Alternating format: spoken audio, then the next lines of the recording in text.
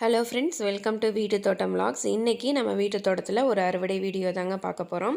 வாங்க வீடியோக்குள்ளே போகலாம். இன்றைக்கி பார்த்திங்கன்னா இந்த அரசாணிக்காய் பார்த்திங்கன்னா முதல் பூ பூத்துருக்கு. நல்ல ஒரே ஒரு பூ தான் பார்த்திங்கன்னா பூத்துருக்குது. நான் வந்து இது சமையலுக்கு யூஸ் பண்ணிகிட்டு இருந்த விதை தான், காயில் இருந்த விதை தான் வந்து இது முளைச்சிருக்குது.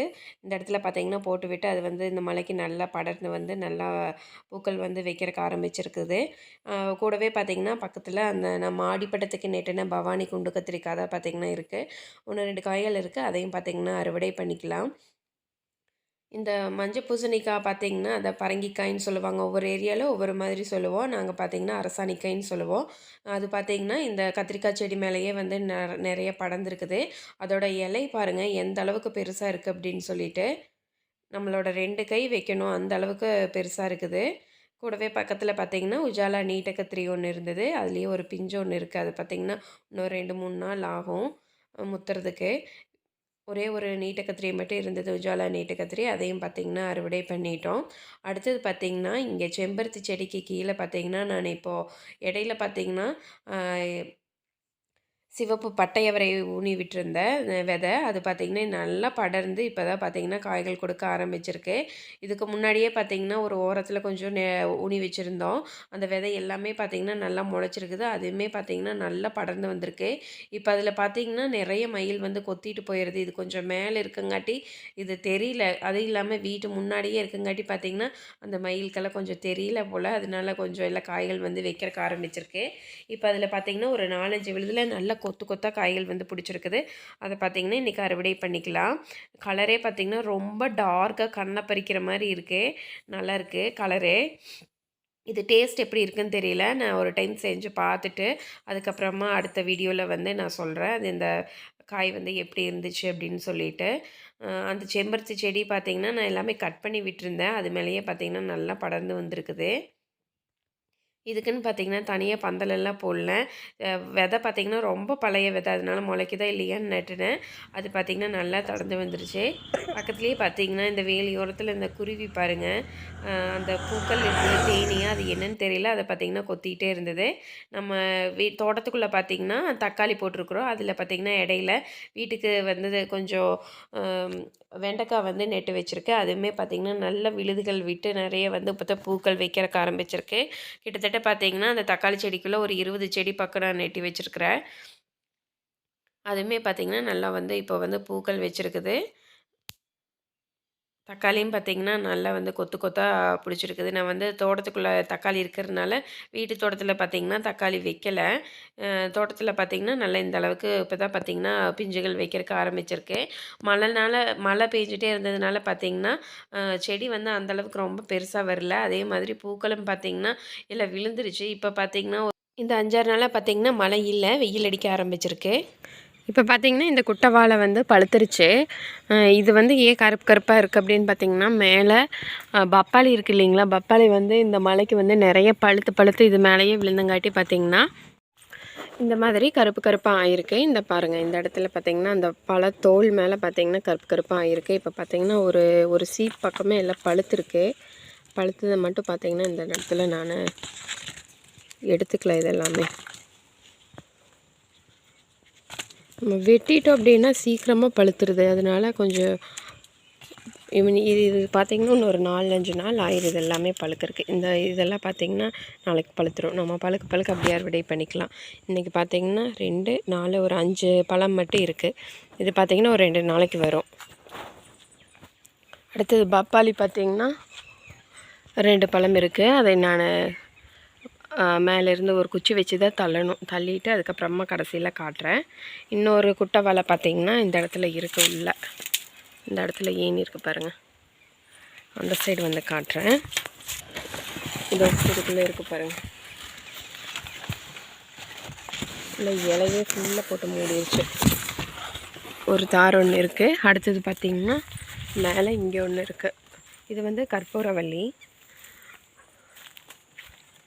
இது இந்த இடத்துல பார்த்திங்கன்னா எல்லாம் தீ போட்டோம். அதனால பார்த்திங்கன்னா அதோட செகை வந்து பட்டதுனால இந்த மாதிரி கொஞ்சம் காஞ்சி போயிடுச்சு.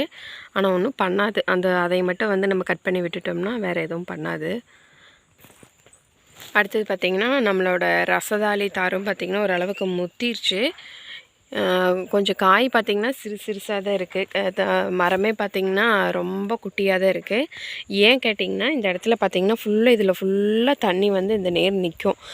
மழை தண்ணி வந்து நல்லா உரம்பெடுத்துருச்சு. அதனால தான் பார்த்திங்கன்னா ஈரமே பார்த்திங்கன்னா எந்த அளவுக்கு இருக்குதுன்னு பாருங்கள். நம்ம கால் வச்சோம்னா பதியுது, அந்த அளவுக்கு இருக்குது. அதனால் தண்ணியுமே நின்றுட்டே இருந்துச்சுனாலுமே இந்த மாதிரி தான் ஆகும். இப்போவுமே பார்த்திங்கன்னா அந்த பழம் பார்த்திங்கன்னா கொஞ்சம் பழுக்கிற ஸ்டேஜில் தான் இருக்குது. மரமே பார்த்திங்கன்னா கொஞ்சம் எல்லாம் வாடிருச்சு. அடுத்தது உள்ளே பார்த்திங்கன்னா இதில் அந்த பஜ்ஜி வாழை இருக்குல்ல, அதுதான் மொந்த வாழைன்னு சொல்லும் இல்லைங்களா, அதுவுமே பார்த்திங்கன்னா நல்லா ஒரு தாரை ஒன்று போட்டிருக்கோம். அந்த சைடு போய் காட்டுற பாருங்கள்.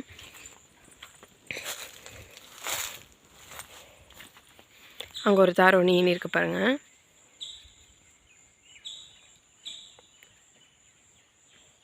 அதுவுமே பார்த்திங்கன்னா ஒரு 4-5 சீப்பு வந்து போட்டிருக்குது. இன்னும் 2, 3, 4, 5 சீப்பு வந்து வச்சுருக்குது. இன்னொரு தாரும் பார்த்திங்கன்னா போட்டிருக்குது. இது இந்த இடத்துல இருக்குது, அதையும் காட்டுறேன்.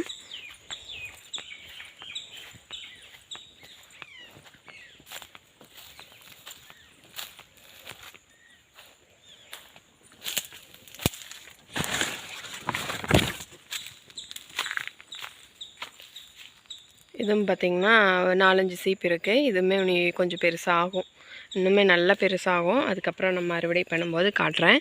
இந்த பூவெல்லாம் பார்த்திங்கன்னா ஒரு 2-3 வாழைப்பூ இருக்குது. அதெல்லாம் இன்றைக்கி பார்த்திங்கன்னா அறுவடை பண்ணல. நான் அறுவடை பண்ணும்போது காட்டுறேன்.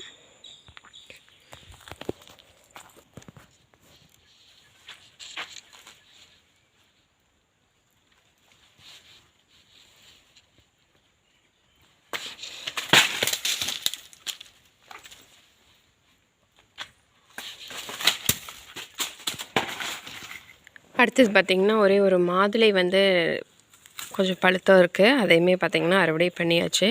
இது பார்த்திங்கன்னா கொஞ்சம் எல்லாம் ஓட்டோட்டையே இருக்குது. இது இந்த காய் பாருங்கள், அப்புறம் எறும்பும் ஊறுது. இது வந்து ஆகாது.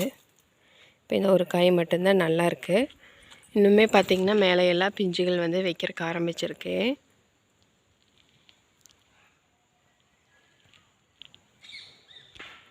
அடுத்தது பார்த்திங்கன்னா இந்த சிவப்பு தண்டு கீரை எல்லாமே பார்த்திங்கன்னா அறுவடை பண்ண போகிறேன். இந்த இடத்துல ஃபுல்லாக நிறைய இருக்குது. அதே மாதிரி இங்கே கொஞ்சம் இருக்குது.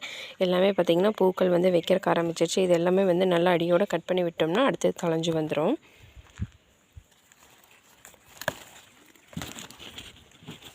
இது எல்லாமே கட் பண்ணிவிட்டு அதுக்கப்புறமா காட்டுறேன்.